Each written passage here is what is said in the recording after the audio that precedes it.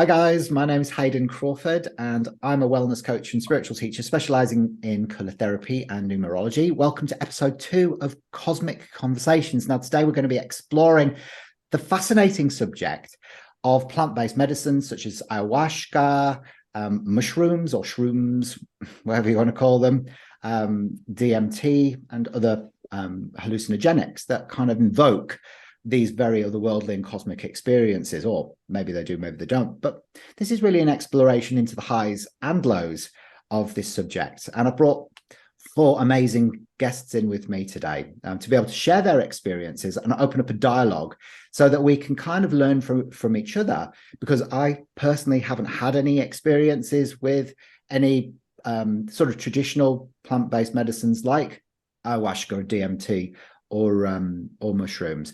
But I have used other sort of alternatives that I'm going to introduce at some point as well. So really just to share your wisdom and teach me about a subject that I genuinely know not that much about. So we've got Mimi Chau here from California. We've got beautiful Sarah Doig as well down in Dunsborough, Sandra Ellis, who's in Perth, and Anthony in Adelaide as well. So welcome, guys. Thank you so much for joining me today. Who wants to kick off? I can if you want. I don't Go mind. for it, Sarah. Love it.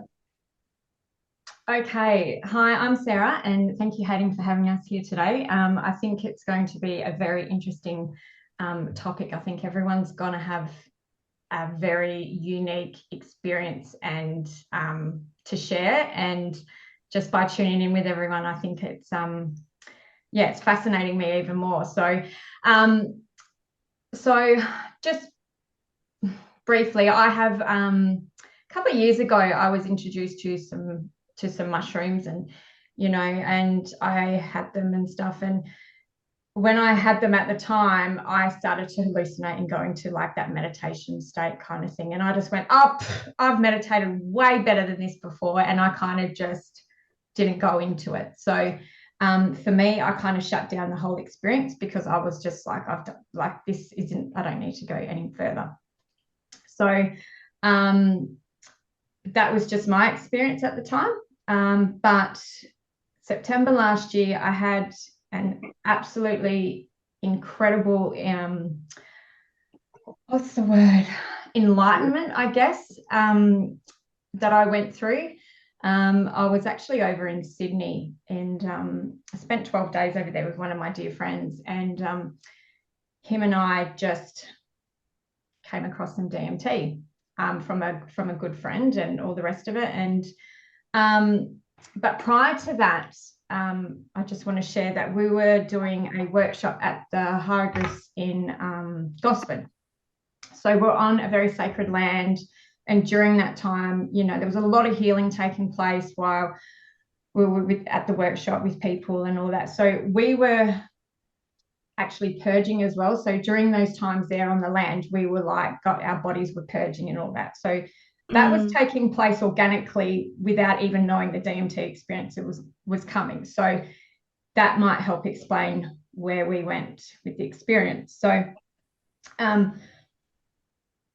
when the time came to do the DMT, I was fully open to it. But this was during, I can't remember. So something was going on in September, very universe, like the alignments and stuff. Like I just remember Jupiter was my main mirror at the time. So here we are, we're out in the forest because that's where they live. They live on like 12 acres of the original forest that's still in the northern rivers of New South Wales. So we had the DMT, and then I just entered into a portal, but I went beyond the physical realm.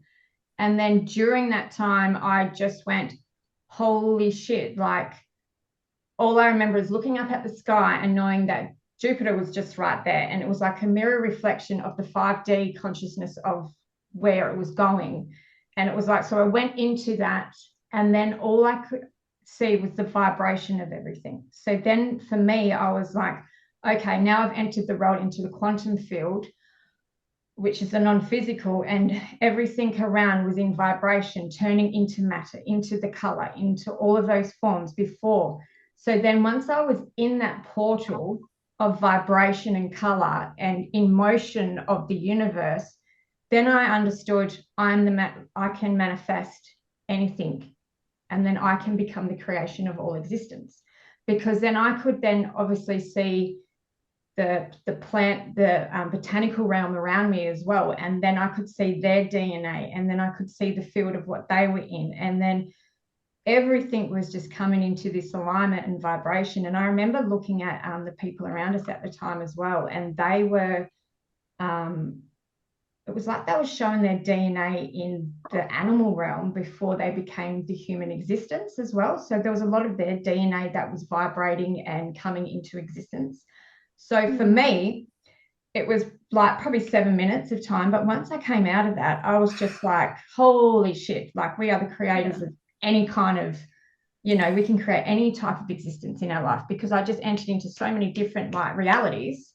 And then I just remember looking up at Jupiter, and it was just so bright and so luminous. I was like, well, this is it. Like we are the center of all creation. So that was pretty much just my experience. And I think the reason I had that experience is, for me, it wasn't about healing or anything. It was about the experience. So for me, I've done a lot of healing. I've been doing my healing journey since 2012. And I'm not saying that mine was right or anyone else's was wrong, but I think that profound experience happened, and I entered into that and connected in that way because my body was in alignment to a frequency that it was ready to receive, and I could interpret that. So I think for me, I was safe. It was sacred. And then that was on my stage of my journey where I was entering into the next frequency of my own upgrade, if that makes sense. So that's how my experience took place. So I know for a lot of other people, sorry. I'm just interested because you mentioned DMT, but could you explain a little bit more about what that actually like is for people that don't know what it is? All I know is that it's a spirit molecule, but what's it? Where's it come from? Is it the acacia tree? To be honest with you, I'm guessing Anthony and Mimi and Sandra might have some feedback on that, because for me, I didn't ask those questions. It was a smoking element that took place. But yeah, it was just beyond the physical realm. So it was probably definitely from the botanical plant realm, like, for that. I'm not sure if that's right, but it was just, I don't know, like it was just a completely different experience, I love the way that you're explaining the experience. It sounds absolutely magical, and it was almost like you sort of entered a non-physical space where you could see how absolutely reality is created, and very empowering, I should imagine, for you as well, to know that that you are actually the power in your own life, that you can manifest anything that you want now. Did it give you that feeling of personal empowerment?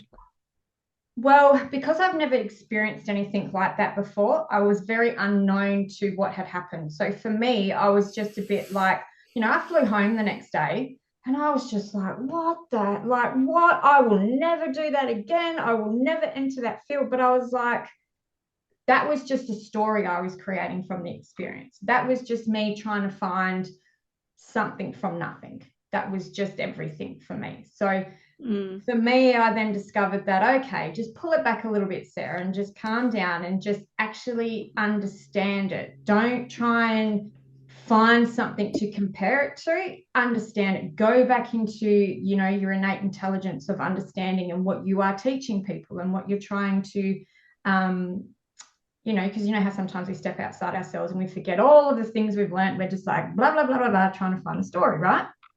So that's what I was doing. But then, but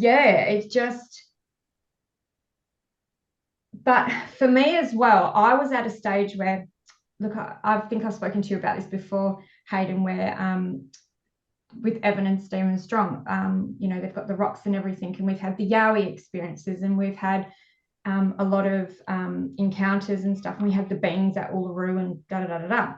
So for me as well, it brought me into a space of feeling okay, spirit is always with us. The invisible is always around us. Why am I still holding on to this fear of wanting to have this greatest experience when the experience is already happening in the now? If that makes sense. So because there was I could enter into that visible realm, but then that was a choice, because my choice was to try the DMT. So then I let go and went into the flow of the experience. But then when it was getting too much for me, I went, no, that's enough, and come back. So then I was kind of looking at everything in the botanical realm around me going, there's a lot of things around there that I'm seeing right now that does exist. We're just not in that frequency to see it every day. So therefore we can get along with it. Like what, Sarah? Like what? Yeah. Oh, it was just, you could see like the physical form in like the plants and stuff. You could see like their own character and their own consciousness and the way they were forming. And it's like the plant itself was choosing its own character to be. And the big trees were like, they could choose their physical form. And it was just like looking at a human being. It was just a different type of dimension and reality that everything is created in. So it's like right now we could be looking at that plant behind me and we think, oh yeah, it's nice. But if then I enter into that portal of its 2D reality where all of existence, I would see the vibration, I would see its color, I'd see its DNA, and then I could see whatever form it was wanting to choose to be in a human form, because that's all what we're here to do. We're all here for the human experience, I guess. So for me, that's how I interpret my experience. But it was really a more of a enlightenment kind of how, from the creator of, let there be light, and then everything went into motion, and then everything went into vibration, and then existence and color and frequency. So I guess that was my experience, because that was also coming up in my work as well with crystal light healing. So Anthony, I can see you're smiling a lot there. What's going on for you? I was just going to ask if that was your first ever experience with the substance. Like, that just sounds, for a first experience, very profound. And if you haven't dealt with something like that before, obviously it can shake you up a lot, unless you're already very well into that sort of world, which I'm sure through your healing journey you would already know a lot about it. But you're right, because if I hadn't had that knowledge and understand the intelligence of of what I teach and stuff, there's no way I would have been able to interpret that or be able to be safe in that.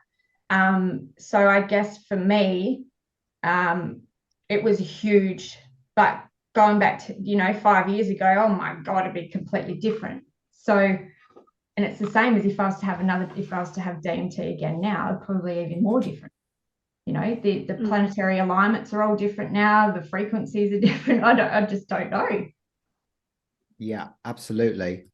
Wonderful. So has anyone had a similar experience to Sarah, or have you got different interpretations based around the time you did it, and what how advanced or not you were spiritually at the time?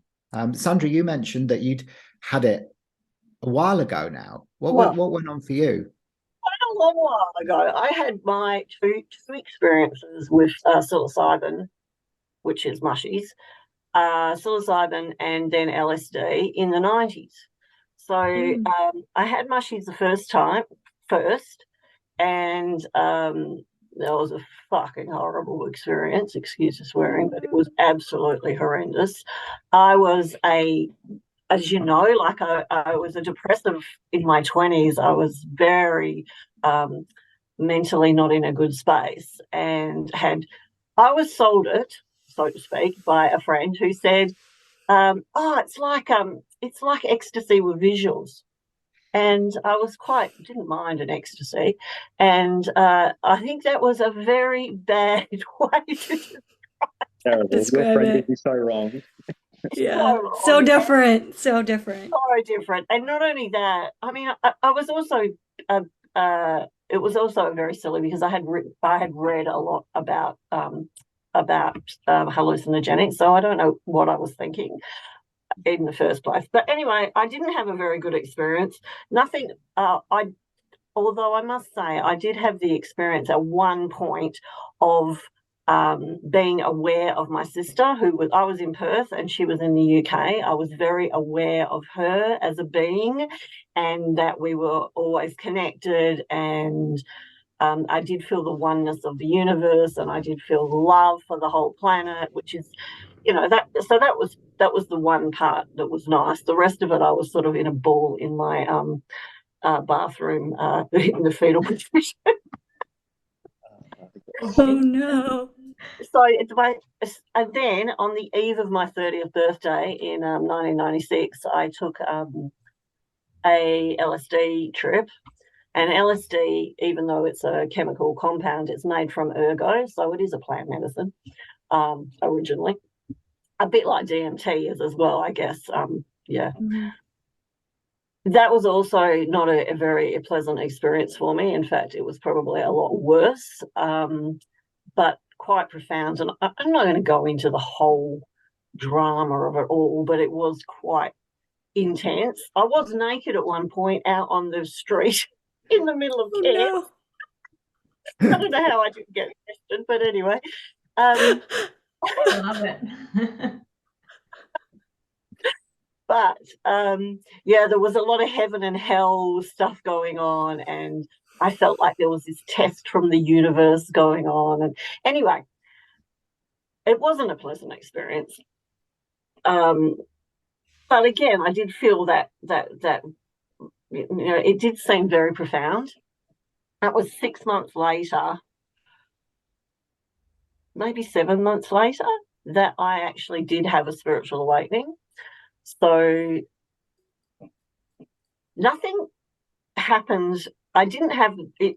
I wonder now, were they linked? Because when the information came to me, that did wake me up. Was I more open because of those experiences, or was it just, this is your time and this is the information that you need? So I tend to think, what I tend to think happens often with these hallucinogenic drugs is that it blasts open your crown chakra. And that is an amazing thing, but for me, I wasn't prepared, or that's sort of, and I'd also say that a lot of the experiences I've had, I mean, I've never taken it again and I never will, but the other but then I've been on a spiritual journey for the last whatever that, 27 years or whatever, and I've had a lot of experiences since that put that in the shade, put that feeling of what I experienced on the hallucinogenics, on the psychedelics. I've had better experiences with meditating. Okay, so that's interesting. So you feel like your meditation has taken you to places where you feel more safe or more comfortable, or something else? Oh, but also more connected to the universe. I'm absolutely connected to the universe, completely at one with everything. I mean, I printed off the mystical experience questionnaire, the 30 questions, and I went through it and I thought, I've had all those experiences while I've been meditating. So I've had beings come, I've had all sorts of things happen. So everything on the mystical, I don't know if any of you are aware of this mystical experience questionnaire. There's 30 questions, and I became aware of it from that doco. I don't know if any of you've seen it, How to Change Your Mind. Michael Pollan, he wrote a book as well about, he's done a lot of research on this, and he just referenced it, and I thought, I wonder what that is. So I looked it up, and things like freedom from the limitations of your personal self and feeling a unity or bond with what was felt to be greater than your personal self. experience of pure being and pure awareness. I mean, there's a whole list. I'll send it to you if you like. Quite interesting. Sandra, do you feel like from your experiences at a young age taking like the LSD and that I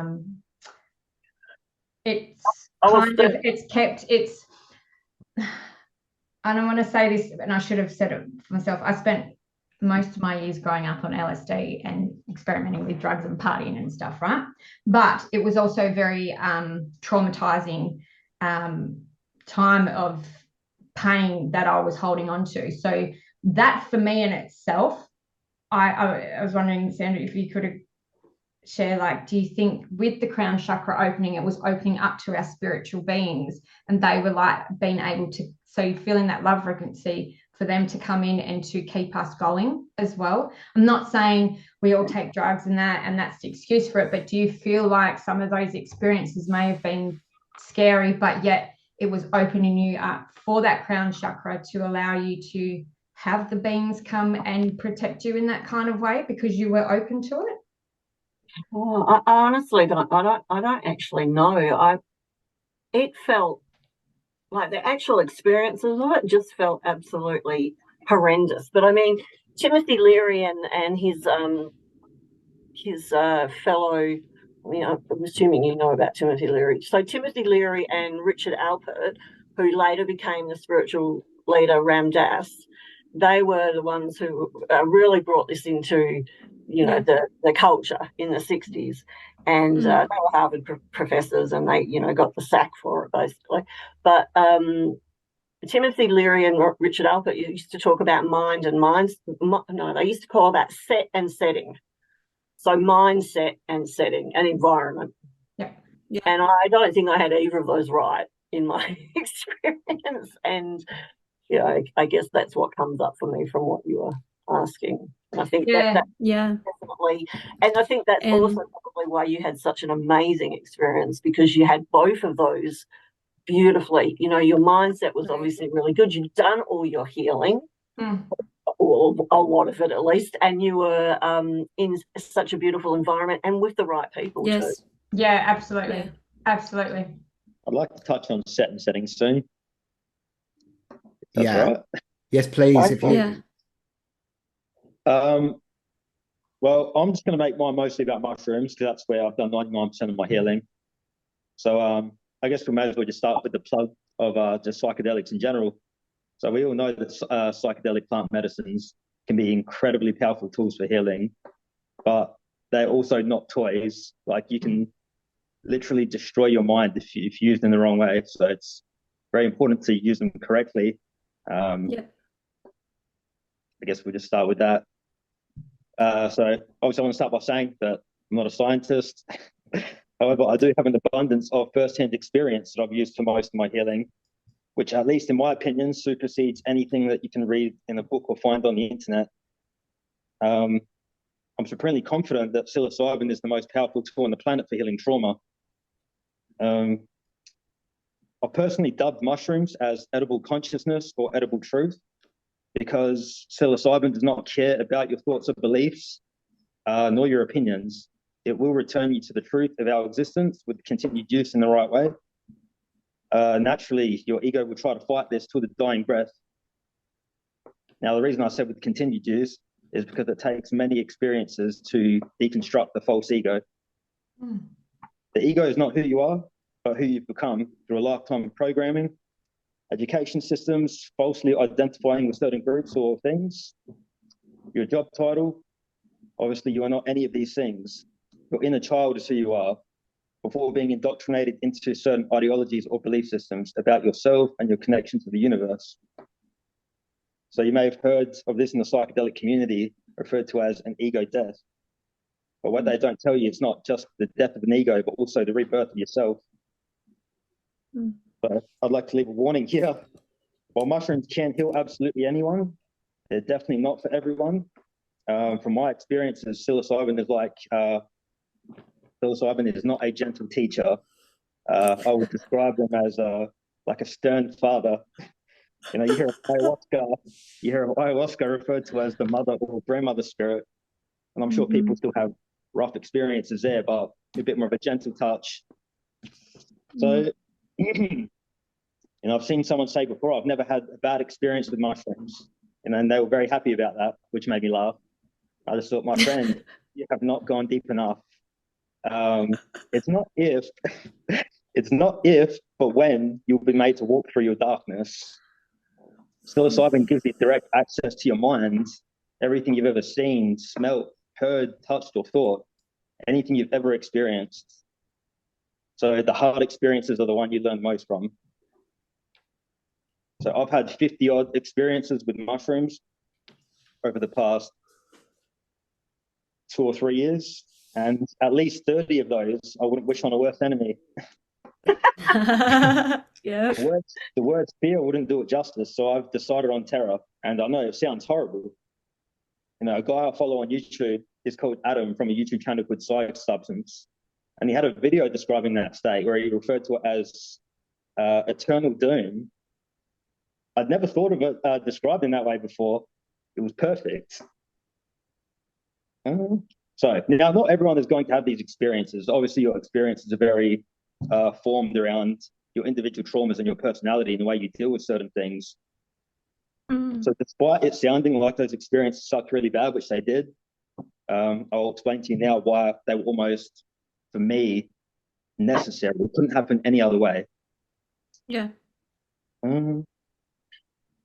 So I always love a good challenge, and I don't take no for an answer. So despite these experiences being pure chaos, feeling like I'd lost everything, but I was going to be stuck in this infinite loop of insanity for the rest of eternity as source, which is the only being able to process an infinite amount of information, which isn't comprehensible by the human mind, because then we would know everything about everything. It would destroy our reason for being here. But even still, I refuse to accept it. I refused to accept that this was the end, and I continued to battle through the insanity until it finally eased. So I learned through these experiences, though, that is who I am. Never quit, never give up, to keep on fighting and persevere. Now I remember that that's who I was. But until having to go through something like that, my ego would have continued to fight it. It would not accept. It needed to control. One of the biggest things you'll learn through just psychedelic journey is that you need to give up that need to control everything, because there's always something higher at play, but that ego will just continue to fight it. Anyway. Yeah. Can I just say that my spiritual awakening was the death of my ego, and it had nothing to do, like, I was just reading a book. I read it. I was reading this book. Let me see if I can. And it is a shamanic book. And I read something in it about, how the ego works and blah, blah, blah. And it just was like the scales fell from my eyes. And I was like, the depression that I had had for over a decade, like very strong, fell. That was it. I never had it again. I'm not saying I never had ego shit come up, or that I always remembered that I was a spiritual being. I've gone in and out of that at various times in my life. But yeah, ego exists on so many different frequencies and dimensions themselves. Like, we're always having an ego kind of death and rebirth. And, in saying that, I love how you said you're reading a book. Like, sometimes we could be online downloading 24/7. Well, I know myself I am, because I'm a mum, I'm busy and all the rest of it. Some of these things happen in freaking Woolworths where you're just like, oh my God, you have that ego death. It's like, there's so many different experiences that you can have these as well. It's I was driving along the freeway one time and I suddenly remembered what it was like to die. Yeah. Anthony, I wanted to chime in. Thank you so much for sharing all of that. It definitely really resonated with me. I was smiling the entire time because I've had my fair share of ayahuasca experience. That's my medicine. She is a more gentle teacher, like you mentioned, of the way I would say it, she's very ethereal to me, and I'm a starseed, and so that energy, really aligns with my energy. And then having experienced psilocybin, for I would say, like, in ceremonial context, right? For the first time, that was hard. I was depressed for a whole month because I did not know how to process the experience, right? Because the difference with the experience for me is with ayahuasca, I have like this knowledge that I'm on the medicine, and when I go in and out of consciousness, like I have that sense of awareness. And the one time, and Sandra, that's why like I was with my friends, thank goodness. There was a ceremonial like holder, and I had a sister who held me like I've never been held and was just like, you're going through something, like Mimi, you are loved, right? Like whatever is going on, that is not the truth. Like see the truth here. And yet in that experience, I couldn't tell the difference of what was reality and what was not. That was a trip for me. Like I was tripping without knowing that I was tripping, if that makes any sense. Yeah. So Right? you're conscious, you were unconscious of your consciousness. 100. That was so odd. Like people were talking to me and I was perceiving reality so different. And Anthony, if you can speak on this. So what happened was that, and what was different with ayahuasca was that I didn't go all the way through. So everybody took about 3 to 4 grams of psilocybin, and I'm like, ayahuasca, no problem. But I don't know. I had this resistant with psilocybin, and so I took 2 grams first, and so I guess I was in like a hovering mode that I didn't go all the way through. So there was still some resistance. And then I took another 2 grams, maybe like 3 hours later when everybody was done. And so I was tripping the entire to the morning time to the afternoon without even realizing I was tripping. And then towards the end, after ceremony, I asked my husband, I was like, did my soul sister yelled at me? I heard her yell at me. And he goes, no, that never happened. But I was so, after processing the psilocybin, I guess what was happening, that it was my subconscious of the conversation that I was fully not aware of that came to the forefront, and I got to witness everything all at once, and that was really hard to process. It was so overwhelming, and it was so different than the ayahuasca experience I've had. So I wanted to chime in there and have a, what's that? Was it able to be enjoyable, or was it so intense that it's actually the parts that you can't understand, your brain tries to, your human part of you tries to rationalize what you're experiencing.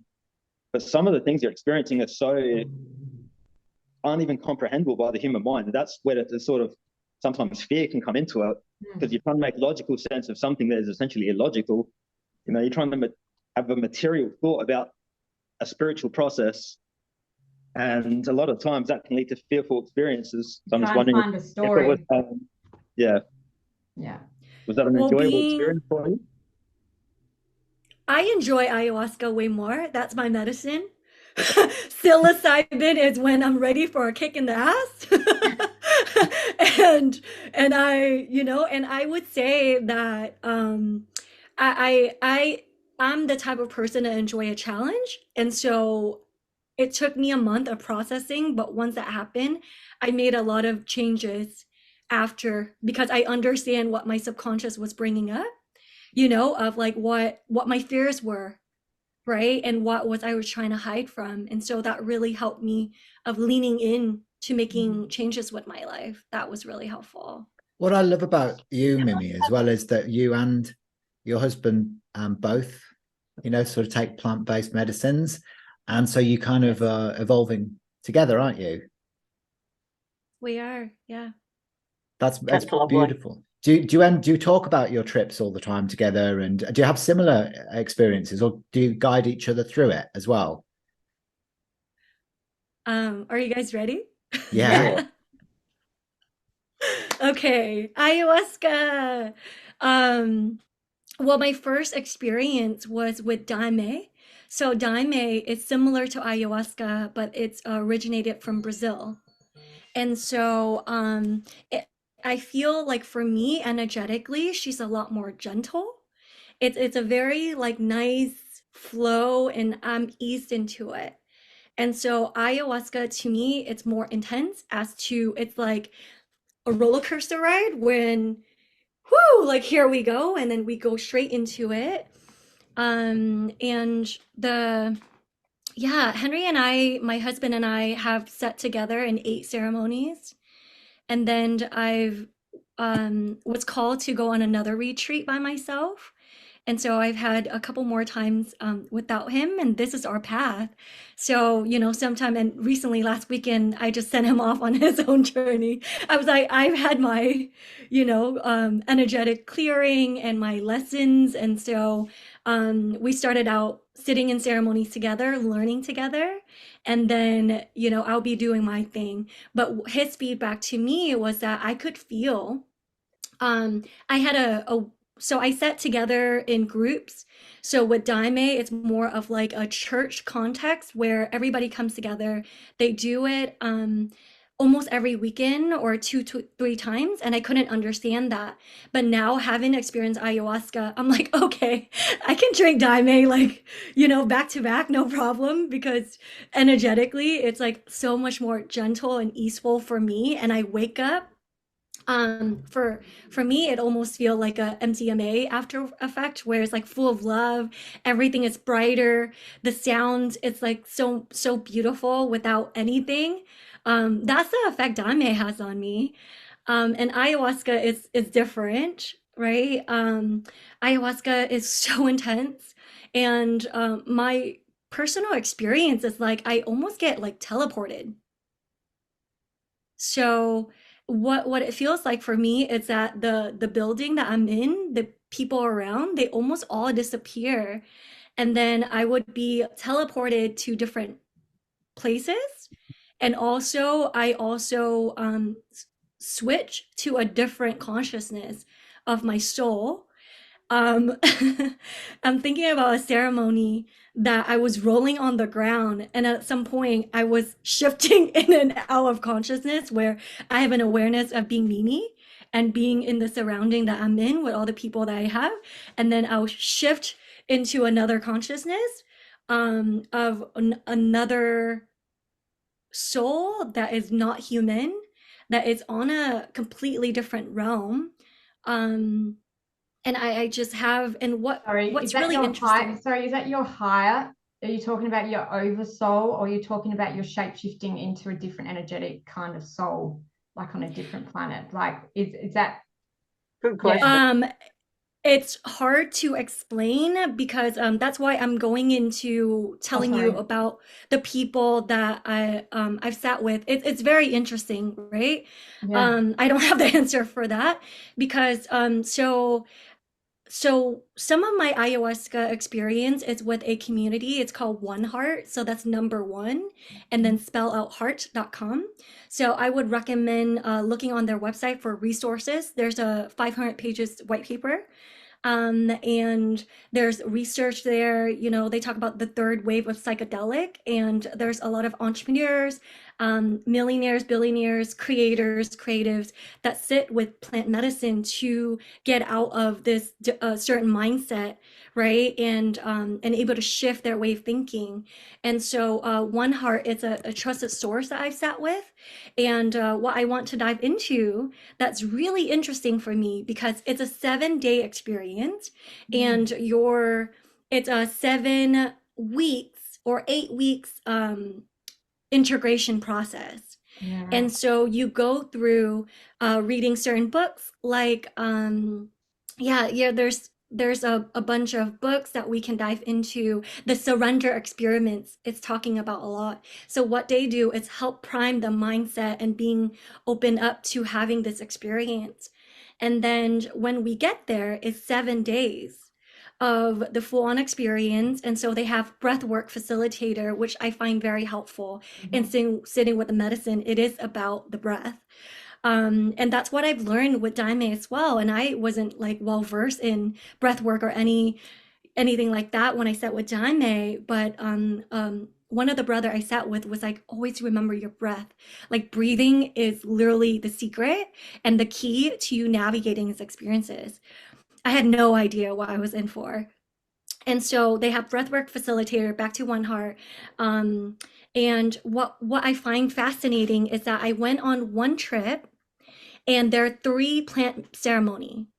And so the first ceremony would take me to so many different spaces. Like I would wake up, I'm this ancient self, I'm on a spaceship, all the people there are with me and they're on spaceship and we're all cosmic traveler. And it was just so interesting. And then there's certain perspective that I receive. So like what I'm trying to explain is that I've had 2 different retreats, but for some reason, my 3 ceremonies are happening in tandem. So like the first ceremony is connected to the first ceremony at another retreat, if So that with makes you any just sense. even saying this is tuning into it. I can see the like the numerology coming into it, like what you're explaining with the numbers, with the number 3, with the number 7, with all of that. And when you're talking about the different realms and different timelines and stuff, I'm like, this is very interesting because this is now connecting us outside of the realm of like all existence, beyond the existence that we already know. So for you, this is, so I understand what you're saying, because this is the past life experiences that I have without the ayahuasca and stuff. Yeah. So it's very, very profound. Like it's amazing to hear that. Yeah, it can be experienced on 2 different levels. Do you know what I mean? It's so cool. Yeah. It's amazing. And I'm just like, and when you're talking about that breath work, I remember that was the potential field where I was like, that is my greatest potential, is when you're in the breath, because we are the breath held together of love and spirit. And that's all it is. So when you talk about that breath, Sandra. like, perfect. Sorry, I didn't mean to cut you off there. My thing with all of this is, well, I have a question for everyone.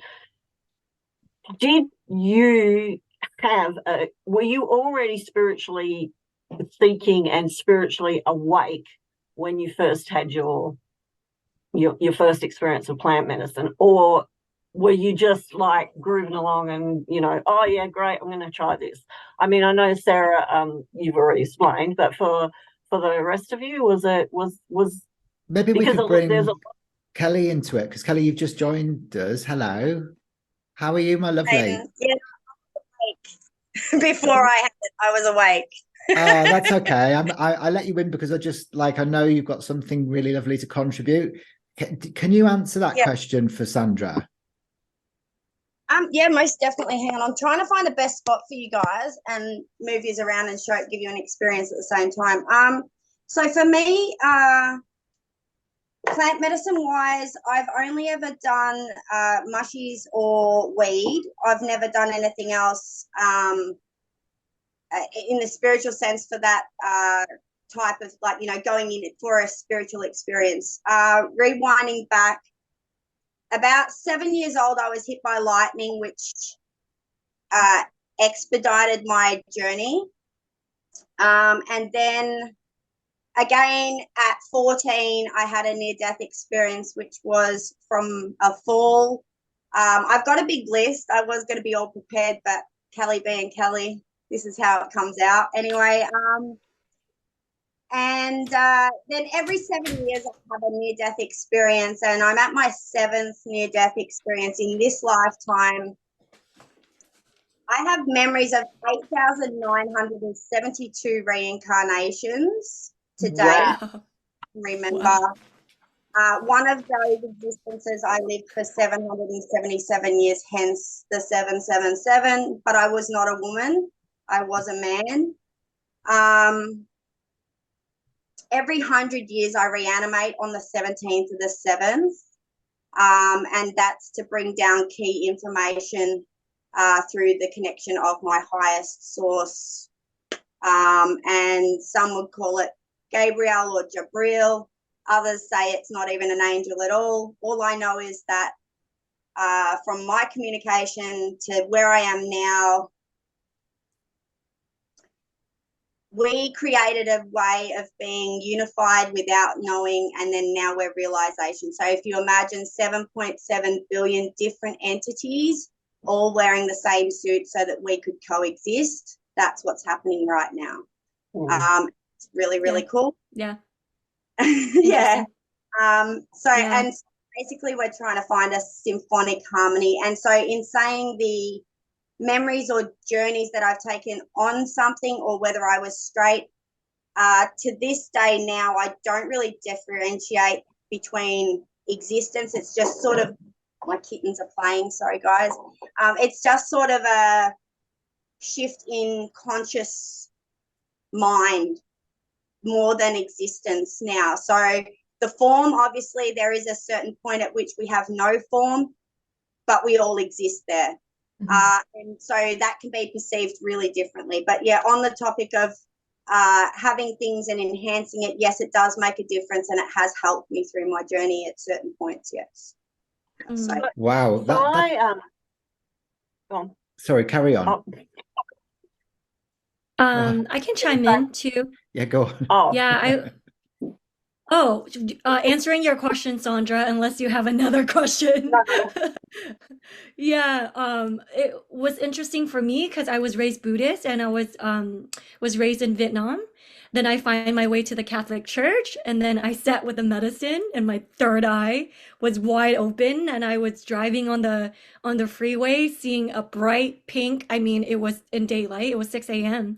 I look at the sun. There was a pink color energy covering the sun, and then I went to knock on my priest's door, asking him what was happening. And, and he gave me an answer that felt very less sweet that in the rug and not addressing what was going on with me. So, Sandra, to answer your question, that did open up a whole new door of spirituality for me. Really got me on my path. Yeah. Right. So I think that's a very common experience. But I guess I'm not really a supporter of using these substances, so I'm probably coming from a different place to the rest of you. It's all right. It is what it is. I feel like everything that everyone has discussed already can already be accessed through consciousness. And I have placed people, and have been placed myself, into crystal mandalas that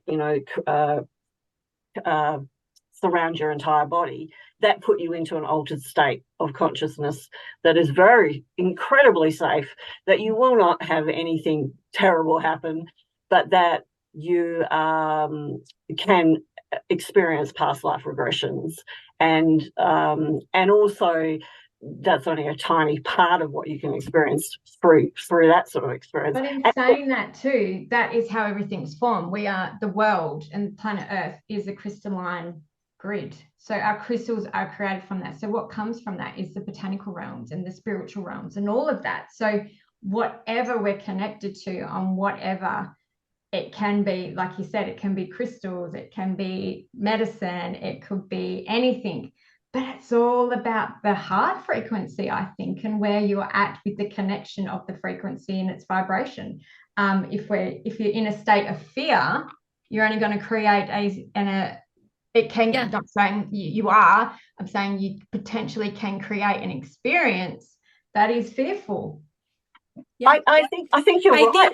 The state that it's being used now, there is a real push now through psychiatric and psychologists to do what Anthony was talking about, where he was saying it is a very he feels like it's the best way to deal with trauma. There are a lot of other ways to deal with trauma, including neurofeedback, EMDR, lots of ways to deal with trauma.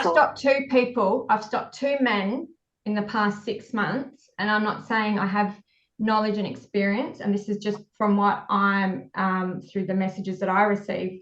I was teaching a Reiki student, and he was talking about it, and I said, dude, you got to stop. I said, you're now abusing the substance to keep getting you to a place that there's no destination. The work has to be done with yourself. Your body is not in the frequency of it, so you're going to start. Now we're at that frequency where 5D reality is bang, bang, bang. The turnaround time is straight away. So he's almost, I was like, affecting yourself in real time, where you want this hit, so you're going for the next hit. I'm like, you're going to kill yourself because you're not using it in the correct form that it's there for.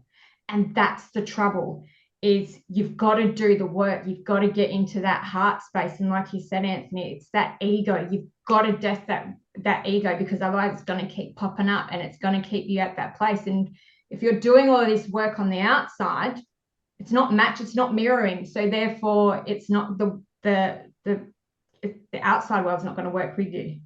And if I Anthony, can you have elaborate something on to that, just to play devil's advocate. Yeah. So obviously, while psychedelics do open up the mind to the infinite possibilities and rewrite old programming, obviously they're not the only way. There's many forms of healing, of course, some which you can definitely agree would be a safer, a more enjoyable route. I would stick by the fact that there's if you want to do the fastest and most effective, when I say most effective, that's obviously my opinion. But in terms of, like, if you mean business and you go, today, right now, I want to take this journey and I'm ready for it and I'm committed to it. And then you decide to go down that journey, in 6 months' time, you could be a completely different person. Like, not even 6 months' time, maybe, but yes. These people were taking it on a daily basis. That's what I should have said. Yeah, These people yeah. were using it in the substance. It's not working for them. So like you said, and we've said, each time you take it, you're on a different frequency. So, but different person. Most people, someone who's not taking anything, that's just learned a way to tap into a frequency through sound and energetics. Yeah. And you can be a different person in an instant. absolutely. Especially if you're there was taking no linear time. That's a construct. And So you can And I change would say your it's consciousness. interesting, like what I'm hearing here. It's bringing up quite and this is like interesting for me, because I don't really know anything about the psychedelics, and I've never tried any of this stuff before, and I've always, like, my inner guidance system has always kind of advised me not to go down that path. And it's because I think of the fear of, like, losing myself or having to encounter, like, some of the demons that I'm not ready to look at. Yeah. And I think that's why I went down the route of, like, more gentle forms of awakening, such as color therapy and flower essences, and meditation and things like that. And I think that I see it from both perspectives, being a Libra, and always see things from both sides. And I actually feel like it depends what's right for the individual ultimately. And I can see what Anthony's saying about it being a fantastic way of dealing with trauma for some people, whereas other people might find different methods more suitable. Mimi, you sound like you've also been through hell and high water with some of the experiences that you've had, but you seem to have processed that information so incredibly well. I'd be interested to find out, like, what is the biggest thing that you've got from taking ayahuasca? Because obviously that's your jam, isn't it? What is it? What would you say that, and as every Hayden.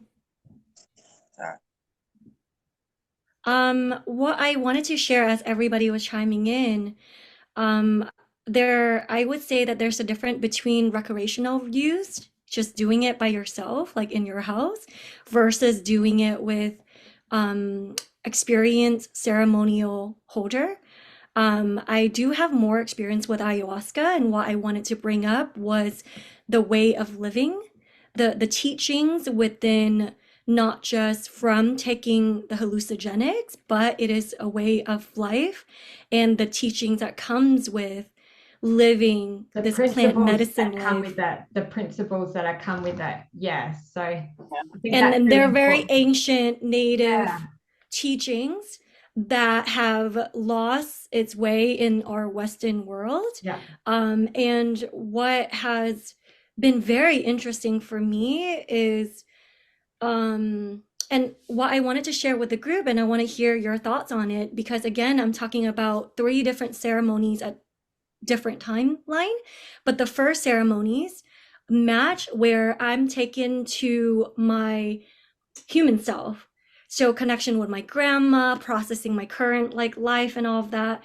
But there was one ceremony that was really powerful. Like I saw pyramids and I held the womb, and it was like the woman hold the secret, the keys to the secret of the universe. And there were just like wonderful, beautiful things like that. I remember I had an experience. I held my womb. I apologized to myself, my body. I feel like a lot of women I've had that tend to experience. connect Yeah, I've more had with their body. Yeah. Yeah. And so I thank held you. my womb and I said, I'm sorry for the way I've treated you. You are the giver of life. You birth miracles. And I took out the IUD from my body because I knew how much it was affecting my body. And so from what I've listened also from other women who've done healing with ayahuasca, is that they get taken into the connection with their body and the trauma we've held in our body and what needs to be spoken to and acknowledged of giving voice to our body, of like, you never asked my body for permission to have a certain surgery or so I find that one was very beautiful. And then my two ceremonies usually take me to my galactic self, and I find that so fascinating. And so I get messages as to why I'm here. And so there, especially in this time, and that's why I connect with Hayden, as to really understand that there are beings here that are not fully human. And there is a reason why we signed up for this mission and why we're here. And so I find that fascinating, where the second ceremony take me to the galactic self, and then there is a connection with the galactic self and the archangels. So I'm curious as to where they meet, like that's so interesting. And then the third one is this like non-human form that's kind of like a giant, and like she has holographic like skin. And I remember looking down, it was like a Fiona moment, you guys know from Shrek. Have you guys seen that movie? Yeah. Where Fiona, and so I looked down and I was like, oh no. Now I'm like, yeah. In that holographic experience, because I've entered into that realm, right? In that holographic experience, what was it about? Like because what did you experience, if you don't mind me asking? Because when I had mine, I planted my children into this earth, and then they went off. So I birthed and created my existence for this timeline to get to.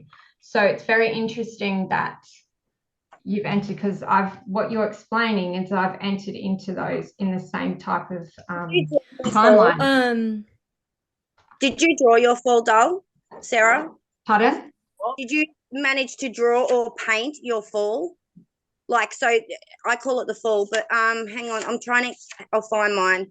What you're explaining, we all have done. It's like a fast forward rewind, I called it. I don't know. I've drawn it in so many different ways. So like, these are different ones, but like, it's always the same eyes, but with different things. I can't even try to grasp my mind to even draw it. And there's so many. It's in there. Yeah, there's so many different experience, right? There's there's celestial codes. There's celestial codes. I guess. Yeah, look.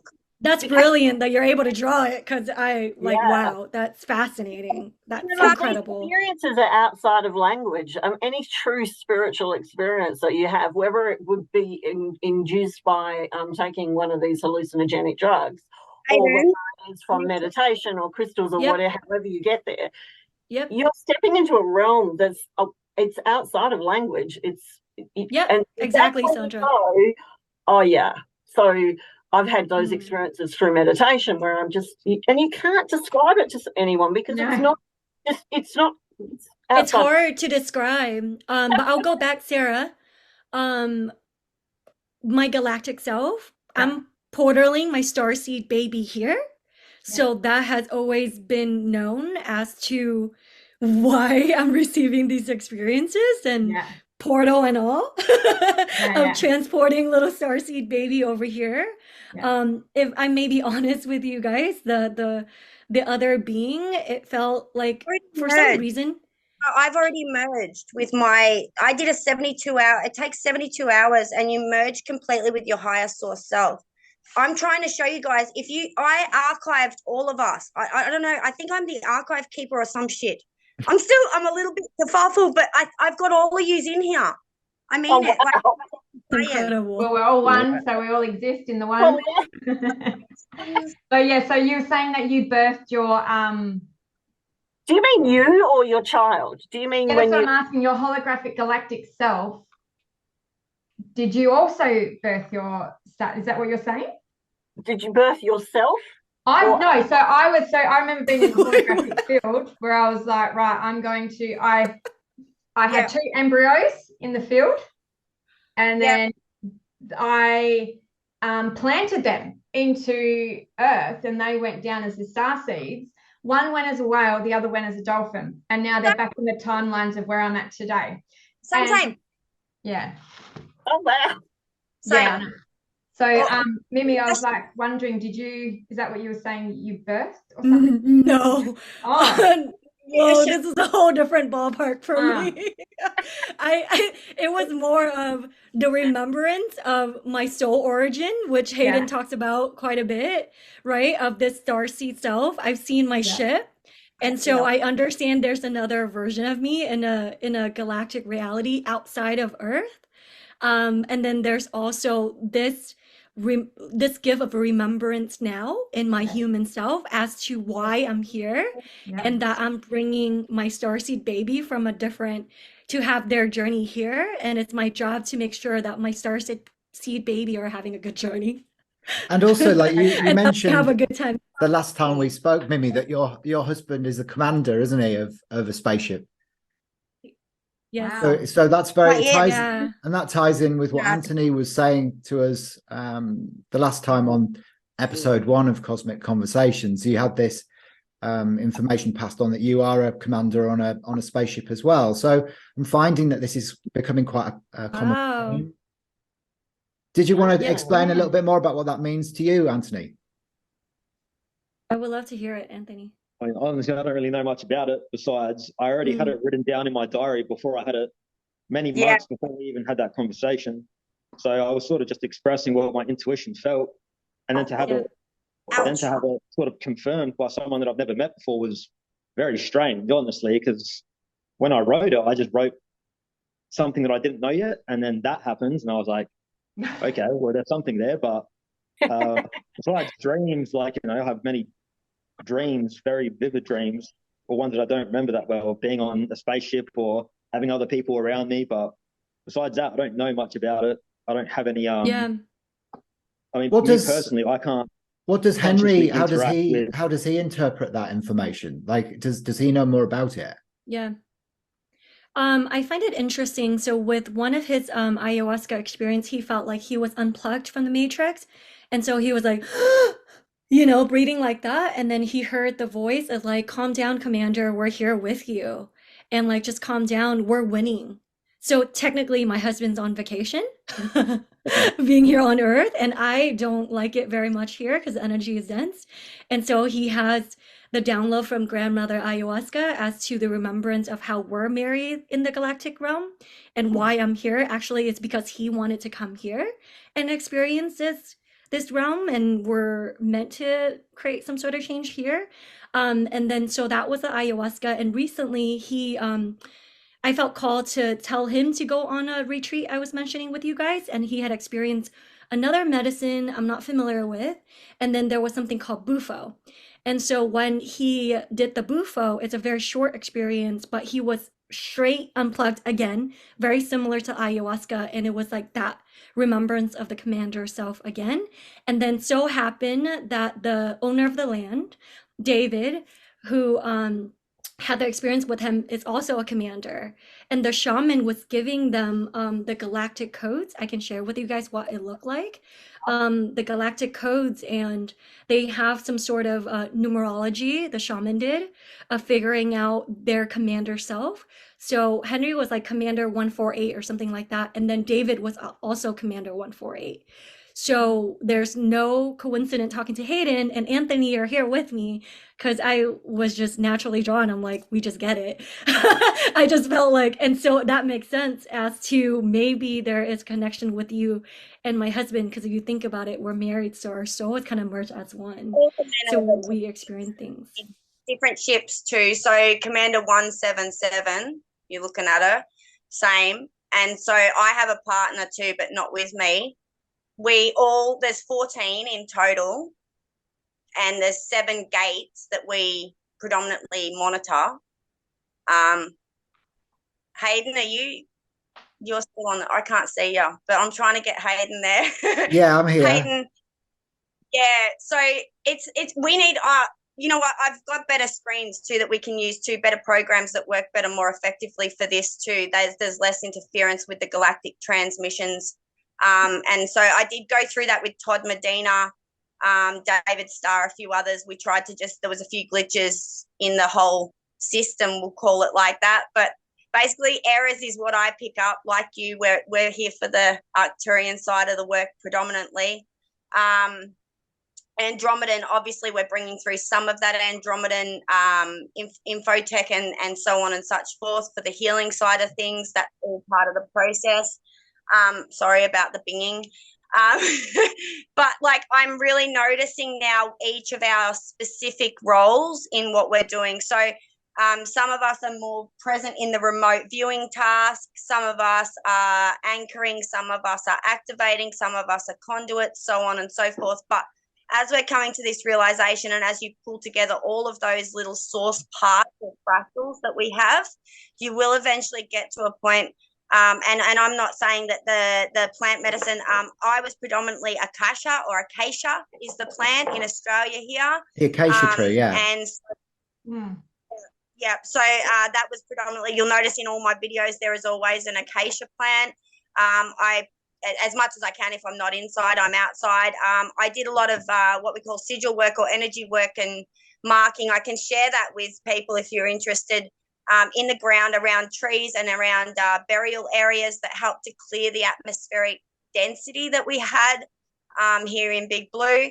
And to me, as far as I know, Big Blue Earth is the 7th school of the 7 blue planets that you would go through as part of your integration or reincarnation back to source process that I've noticed. So, or the universal source 7 code, and it's just like one of many pathways, as you well know. Numeracy 0 to 9, we can't go anywhere without them all. It's one big system. And so, yeah, when we worked everything out, basically there was a teaching error within the Earth School where people were counting from 1 to 10, and it's with their alphanumeric programming. And so we're here to teach people back to 0 to 9. So basically recalibrating their alphanumeric coding within their geometric and systemic patterning that they have all over. That's what we're here to do. But everyone has their roles. I love that. Oh my That's gosh, brilliant. this is like, There you go. I know, same here, but I'm loving it because it's probably sinking in on some level. Like, I feel like I'm learning so much Probably. today. But it's great that you're saying that we're all like fractals, all performing different roles, Yeah. and each of us kind of share certain missions and we cross over, but we're picking up Yep. more information from the more conversations that we have. So really, it's about sharing. Yep. Yeah. And remembering. Yes. This aspect of remembering, I think, is huge, because it's not necessarily a reinvention. It's just a remembering of the truth, isn't it? Right.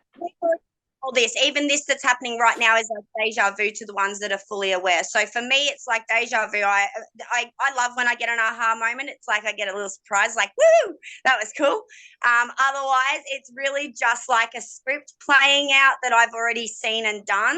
So I remember the crash. I remember everything, bro. I remember where the Dang. I remember every freaking thing. Wow. I remember every one of you have a pattern in your iris that I can digitally mark and know. I know you. So What? sound, if I can't see you, I can hear you through your sonar. We have a 7-point, so I can't put you down. So we go here, and here behind the back of the ear, and then just here. This is a 7-point sonar ecosystem that you can activate, guys. So here, so 3 points round. Yeah, perfect. Yeah, and if you tap it together, so motion like, I can't see you. Hang on a minute. Maybe that's something you guys could do on your next experience. Yeah. Your Like- ayahuasca. Yeah. Like this. I won't remember. On the next When you're doing conversation. that, everything goes out the Get door. get your tape Everything out, goes breathe. You're lucky if you remember how to breathe. Really well Exactly. for the body. If anyone's done any tapping work to release trauma, Yes. Yeah, I do used- a lot of tapping when I'm on it, yeah, perfect. So especially with the crystal too. there's all beautiful. I do with the crystals. system as you go along that you'll learn that are just tapping, and it's really by your own Yeah. universal feel. Like, I can't say what your pattern would be, but I have like a 7-sequence pattern that I do, whereas everyone might have their own way that they've come around to getting that balance where they get people to quantum shift, if you will. Beautiful. So So it what's sounds like next then? the So, experience can happen with or without. exactly. So Yeah, this is the thing, but like, where are we Yeah. going? Like, obviously all of our experiences go back to, the collective, and they help the universe to expand. But where do you think we're going? Like, has anyone got an answer to that? Like, Or both individually and collectively. Go on, Mimi. I felt like it was really big news that in the ceremony, it was like heaven was singing for us.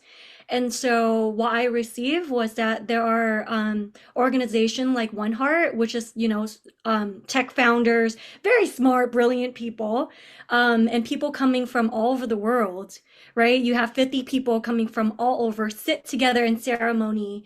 And so it was really opening up portals in harmony, in unity When was to your shift. ceremony? When was your ceremonies that took place? What were the dates?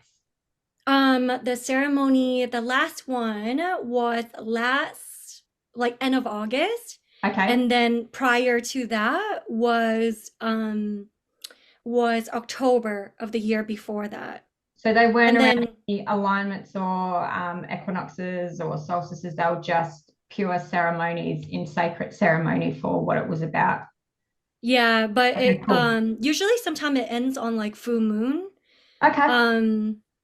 But it was, yeah, I don't know, it was like the time, but what I noticed here in the US is that there is something happening here, that there is Yeah. that they call it the third wave of psychedelic, because we have very powerful people who have a lot of power and money that are tapping into spirituality and consciousness. There is that wave. Dr. Joe Dispenza is very big here, and their team is studying that. I'm not sure if I could, whatever. They don't know where I get my source from, but that's happening. Yeah, cool. So there is, clinics happening all over. And That's so there's amazing to know on a very like face-to-face level, because that's the information that kind of, it's sacred, because of course we're all not going to be open to know that kind of information because people can interfere in that. But it's really it's amazing, Mimi, like that the work you're actually doing, not only for yourself but on a collective level as well. So so thank you for doing that for us and holding space not only for yourself but for the planet. It's huge. So I think all the leaders coming together, yeah, different colors, different culture, and that's what I get from the we're all download. the same. Yeah, that's what we need. Everyone to come together and just be Contributing. Yeah. And Mimi, your business is called Unifying, is called the Goddess Playground, isn't it? Oh wow, Yeah. beautiful. I love that. Yeah, and that comes from the divine, as to sitting with the medicine, asking where my career was gonna go 5 years later, and and that's what happens. you know, of again, just that harmony and sitting in ceremonies together. So I want to kind of bring us back to that sacredness, and that there are people who are opening. Maybe they're not at that level of consciousness yet because they were so engaged in the physical world. And then what the medicine does is that it like what Anthony was saying, open up that gap, and the shift is 0 to 180, 360 maybe.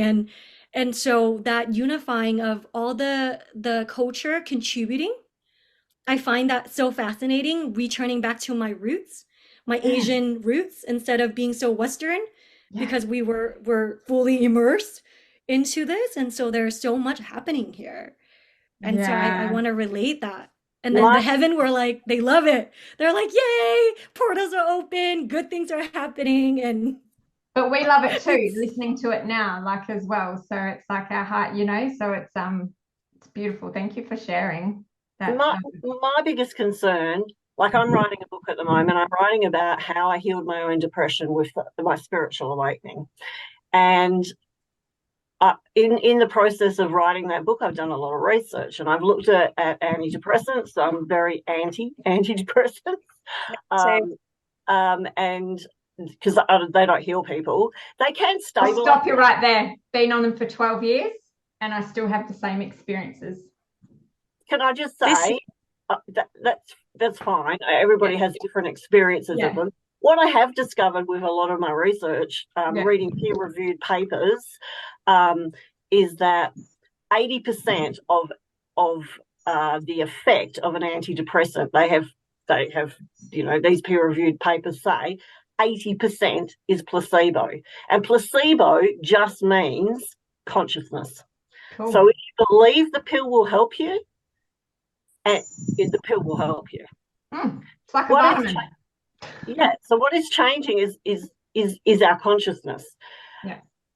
And having said that, for the last 50 or 60 years, they have been experimenting. Big Pharma has made a lot of fucking money off selling drugs to people that, guess what? We've just said it's consciousness that changes. It's not the drugs that are helping. Exactly. So they make a lot of money off it. And those drugs have such bad side effects that they can even, some of them can even, you know, they can make people suicidal. So, they can make people suicidal. So aside from all the other sort of side effects that these drugs can have. But going to a spiritual healer that has no knowledge as well can also be the most suicidal effect of someone as well, like someone that could be a dark, you know, like it goes back to the ayahuasca, and it goes back to the DMT, it goes back to the shrooms. It does not matter what their thing is. It's based on everyone can still have an experience as long as it's used in the right form of frequency and consciousness of, like what you're saying. It's not. And do you know what, Sarah? Like, that's what I feel like I've gained from this conversation more than anything else, is like the benefits of plant-based medicine such as ayahuasca, DMT, or mushrooms, but in an environment where it's safe, you know, and kind of controlled in these ceremonies, because I think that's what's put me off, you know, is like even dipping my toe in. And, you know, I'm a very curious person, but if I was in a safe environment that was controlled and that people could talk me through what I was experiencing and really be there to support me, I think I would be much more open to having those types of experiences. I think that where, you know, like Sandra, it sounds like, you know, when you had your experience, it was totally sort of like, just like you'd made a decision one day and then you took it, and then you didn't have any support around you. Anthony, you've been through hell and high water as well with, you know, some of the experiences you've had, and it's only through your sheer grit and determination, which is, you know, you've identified that's the truth of who you are, that got you through it, to be able to process and actually come up with some really intelligent information to share. It's funny, the conversation we were just having, I've got written down here as well, that so we tend to perceive that, like, you take the ayahuasca, you take the mushrooms, and then that substance healed you, but you are it, and it is you. So really, all it's doing is you healing you, which is exactly why it works. It's like it's activating, right? It's activating the stuff to come up. It's just consciousness interacting with consciousness, energy interacting with energy. There is nothing else but you. You are it. Yep. Yeah. Yeah, you are the medicine. That is right. Anyway. Which is why the number one thing is also going into any sort of psychedelic experience is your intention. It supersedes any other thing. Setting, your intention supersedes everything. Your intention and your state of being before you enter into that space. Yeah, but it's like that's really important. I think one of the things we have to think about, though, is if this does become more, or this is what my concern anyway, if this does become more prevalent in society as a trauma treatment, as a treatment for people with OCD and depression, and supersedes where the antidepressants are, they are talking about doing it, in, like you say, Hayden, in these safe ways where you get talked through it. Yeah. But what has happened with antidepressants, when I took my antidepressants back in the 90s, like way before I took the other stuff, you were given it and you also had a psychiatrist and a psychologist helping you along. Yeah. These days, they just tend to get handed out by GPs. That's right. And you have to be farmer to make money. Yeah, so that's so wrong, the danger. That's what I see as the danger. Yes, if you're held in this a safe environment with a therapist or in a ceremony, I can see that can be a helpful thing. Sandra, and I think it's interesting you're bringing that up because I'm seeing where they call it microdosing. That's the term that they use in the States as to describing psilocybin, and that's really their the conversation as to instead of taking antidepressant and giving your money to big pharma, you're microdosing, and it's more natural and healing. To what Anthony was saying, that it could help. Those are the narrative. Now's the time for this to happen. It's on Earth. Going back before, I don't think it was right. It was not safe. I don't agree. I believe that we have a beautiful moment here where we can teach people that they are actually completely in control of their own consciousness. And instead, I feel like it's being hijacked. This is a split in the past where people are going to go this way, that way. 7 on Earth where people could go and receive the treatment if they were severely affected by trauma or maybe if they were neurodivergent. And I wanted that to happen globally on 7 continents, 7 heavens on 7 continents where people could go and be healed at whatever level was required. That was my idea that I brought down from source, us, all of us, whatever. We're all pieces of it. And each of us is helping to make that happen right now. On different levels. Thanks, and Kelly. Different dimensions in different realities. And for those people that need different forms, different way. Yeah. But and I'll say that with... Sorry. With the ayahuasca, they say it's a calling, so people just really know if it's a heck yes, this is my medicine and I love it and I honor her, it's a calling. The universe, I go to the library and there's a book about shamanism, in the children's section, by the way. So it's how source is speaking to some of us, right? When we get that calling and so that's just really it's not for everyone, like everybody was saying. Everybody have their own way on their journey and their different medicine, and we are the medicine. At the end of the day, we can take the medicine and get the same message. You're the medicine, you have the power to heal yourself, and what we're all saying is just different way of connecting that message, right? Everyone is saying the same thing. Exactly. But Anthony, may I ask, I just want to know about, if you can share, just on a basis of just quickly comparing your journey you've just been on in the Flinders Ranges, that experience compared to another experience you've been on, what was there? I guess there would be a comparison. I guess nothing's the same, but like a psychedelic experience versus was there? Because obviously, did you just have a water? Did you have? Is that what you did? Just a water fast for 7 days. Yeah. It was. So I guess that's a botanical realm, with water and that. So the strange thing with you're right, and that's a form of healing in itself. But so the reason I went there is because the Flinders is just a high energetic place anyway. But let's remove that. I'm just asking, from that experience, that water cleansing experience, to a shroom experience or whatever you've had, is it? Did you just fast and just drink water for 7 days? I did. That fast itself, was that Like, I don't think. did I you don't think enter they into places, a realm of like hallucinations? She wants to hear your experience. If you're like, it's kind of like meditating. Did you journey just from Yeah. Was fasting? it a journey in itself compared to using that medicine towards this kind of type of healing? I wouldn't say they're comparable, because psychedelic experiences, you actually go into, like, you can physically. Of course, but what I'm asking, did you have a everything. psychedelic experience in that No, one? not at all.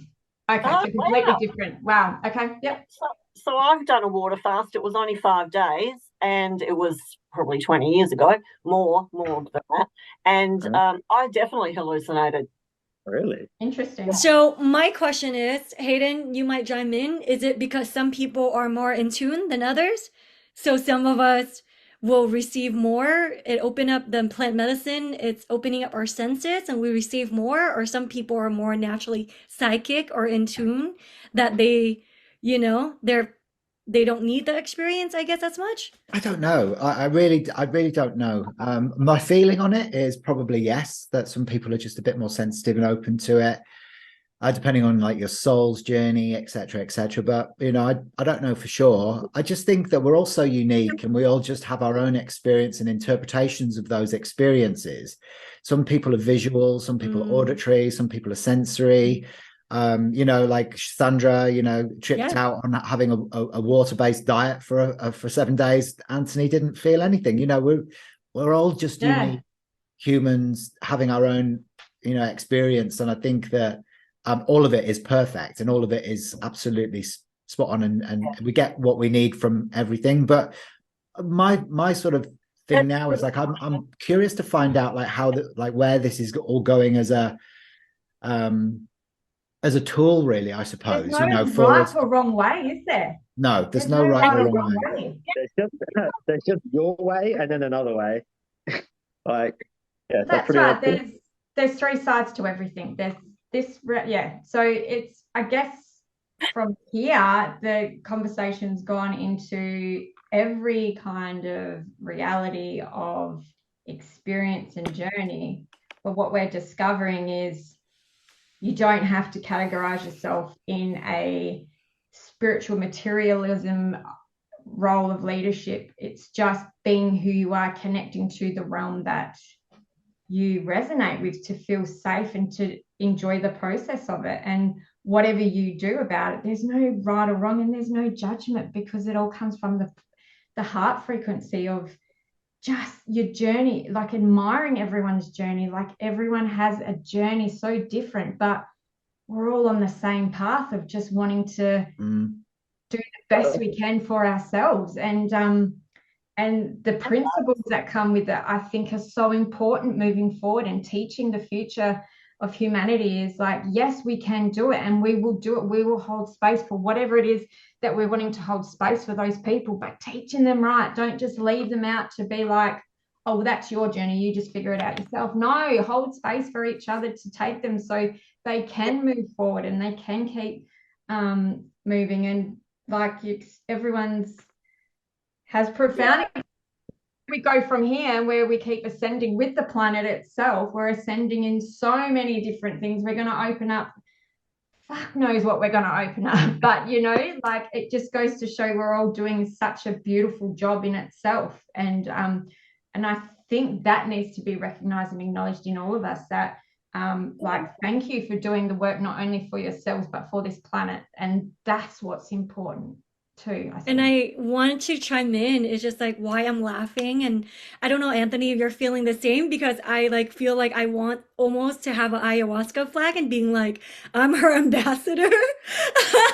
And the beautiful work that I've seen of people drinking the medicine for themselves, for their families, but also going out there to make changes, if it's whatever cause, if it's some sort of nonprofit or ways to make some sort of change at this time on this planet. So from my own personal experience, to see how people receive it and how they make the changes has been just wow, like incredible. I'm so grateful for her medicine, for her teaching, and that I can somehow share that with people. And because there's a lot of negative narrative around the medicine. And so what I see is that the teaching of coming back to our nature, of honoring the trees, connecting with the ocean, sacred songs for the ocean, people reconnecting with nature and taking care of her. Yeah, I find that it's been a big thing. we're all held together through the breath of the love and spirit around us, and that's Yeah. right. Like it's, Agree. Yeah.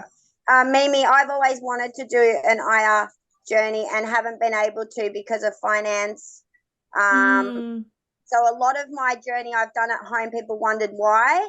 A lot of the journeys, when I found them and they seemed to be like a well routined, or they knew what they were doing, like well versed in what they were doing, I just didn't have the finance to be able to complete that journey. I have no idea where I would have ended up had I had access to that.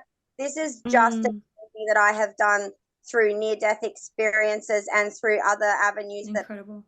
That are very, very, what most would describe as being not very deep. I've managed to reach this level. I would love, absolutely adore, love to do a proper journey. So if ever you want to offer me something like that, I'm keen. I would give it a go. I would love to deepen my source connection more than I have. I don't know that I can much, but I'll give it a go anyway. I don't know that we would deepen it though, because you're so connected anyway, and you've got so much time. I mean, one of the things I definitely feel is that my spiritual journey has been very unguided, and has been something that I have like made up as I went along, and that is one of the reasons that I, want to write books and make courses and all the rest of it, and help heal people, is because to hold them to give them the benefit of having a support. Yeah. I say that I walked in alone. I went into the void alone. No one held my hand. I didn't have a partner. I was by myself. I didn't have a divine union. I fucking braved it. I was the curious cat that went, fuck, where's that go? And you know what? I came back. I am that cat. I'm the cat in the hat, maybe. I'm a poet too, but I'm being very humble today. Just showing you some Hilarious. Thanks, Kelly. You're the bomb. That's so funny. I'm so grateful. Really am. Thank you. We should all be friends. Well, look, I think we've got I to the point it. where we're like, it's maybe time to wrap up the conversation. We've had a good hour and a half, or almost an hour and 3/4, sort of discussing this topic. And I think that we've all had some revelations. I know I have.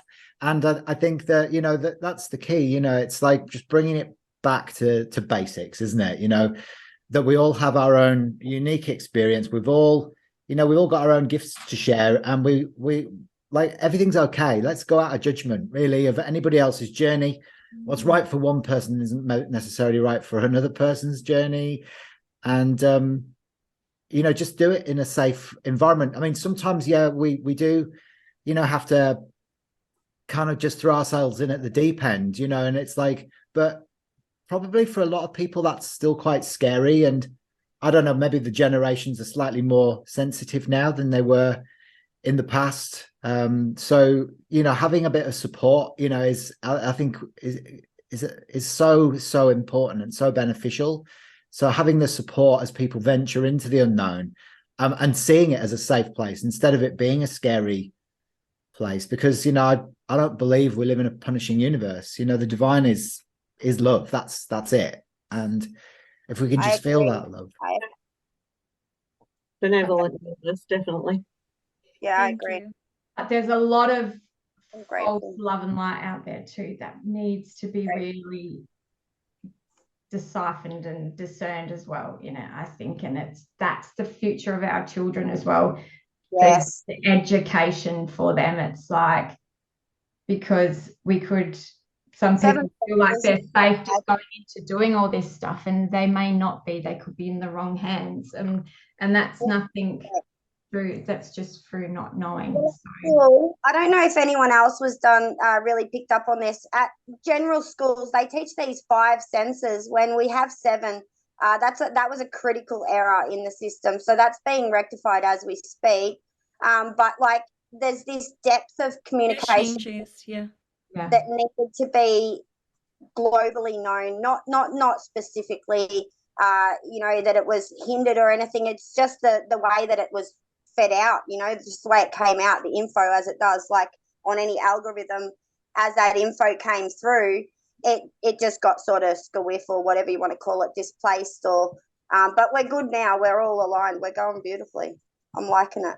Life's good. It's beautiful. Life Beautiful. is good. Symphony. Well, thank you so much once again, guys, for getting together today and spending this time and all of your experiences and wisdom as well. I'm sure the people watching this will, you know, feel humbled by some of your experiences. And I'll make sure that I put links to, you know, how they can contact you as well, you know, if they feel drawn to you and the work that you're doing.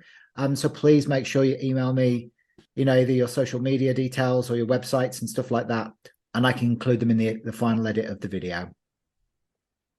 Thank you, Hayden. Thanks, Hayden. You're Nice welcome, to meet guys. you. Looking forward to connecting Thanks, with Hayden. everybody. Yeah, it was really lovely. Lovely to meet you all.